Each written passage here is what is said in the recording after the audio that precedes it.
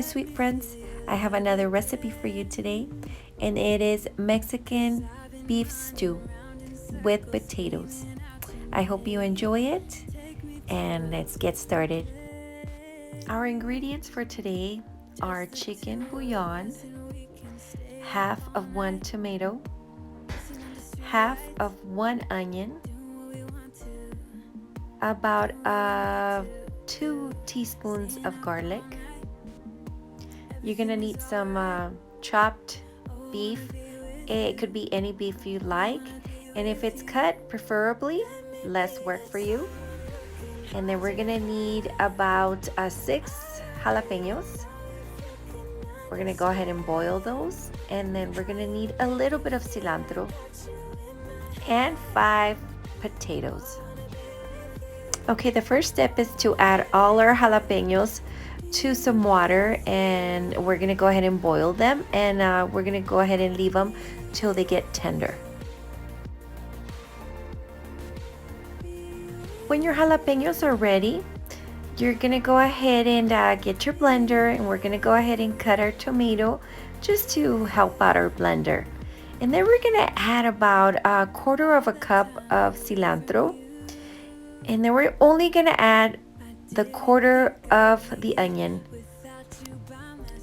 I cut the stems of the jalapeños, and then I cut them into little, I guess I chopped them off into smaller pieces to help your blender out as well. Now we're going to add some water, and it is the same water that I boiled the jalapeños in. And you don't have to add a lot. I only added about halfway of whatever you have in the blender.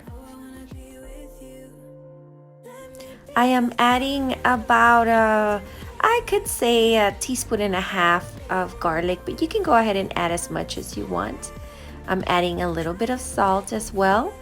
And now we're gonna go ahead and blend everything together.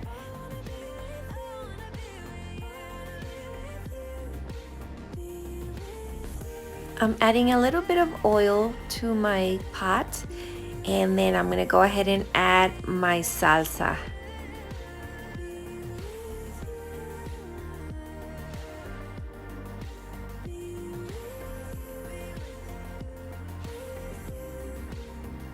Okay, moving on to phase 2 of our recipe. I'm just peeling some potatoes, and I'm chopping them into small little cubes. I really like to cut them small, that way they cook faster. Now I'm just adding more oil to another pot, and then I'm adding the beef. If you can find any beef that is for a stew, it's already chopped for you, then go ahead and use it because it's gonna save you a lot of time. And now I'm just adding some pepper and some salt, so you can add as much as you like.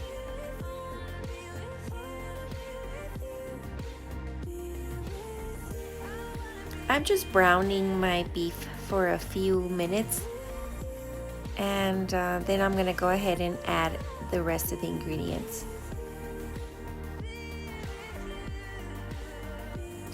Now I'm just adding my potatoes.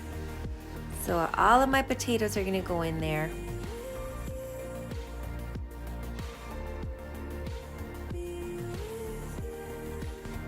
I chopped up the other 1/4 of an onion that I had left, and now I'm adding it as well. I'm also adding another teaspoon of garlic. But remember, you can add as much as you like or as little as you like.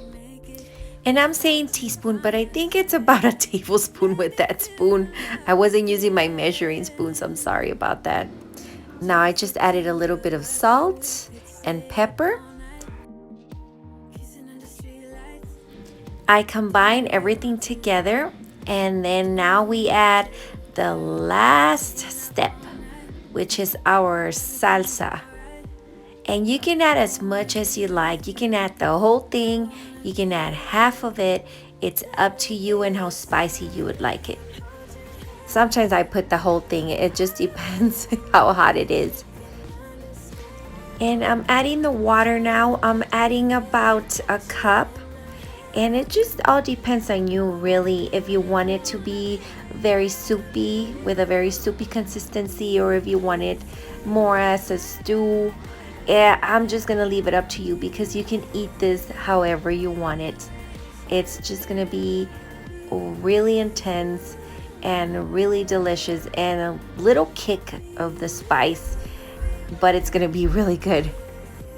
I also added a tablespoon of chicken bouillon, and that usually gives it a little more flavor just in case that your salsa and your beef it's not as flavorful as you want it to be. So that chicken bouillon will go ahead and add more flavor. Go ahead and let your stew boil for a few minutes until your potatoes are tender. And voila, your, I was gonna say chicken. Your beef stew is ready. I'm gonna call it Mexican beef stew because it's called Caldillo. That's what it's called.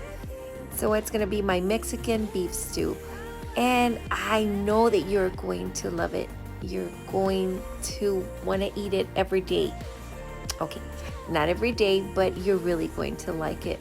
I'm serving it in a bed of Spanish rice. That's how I like to eat it. But you can serve it however you like, with whatever you want. If you want to add some beans, that tastes really good. If you want to add it to a burrito, anything you want to do with it.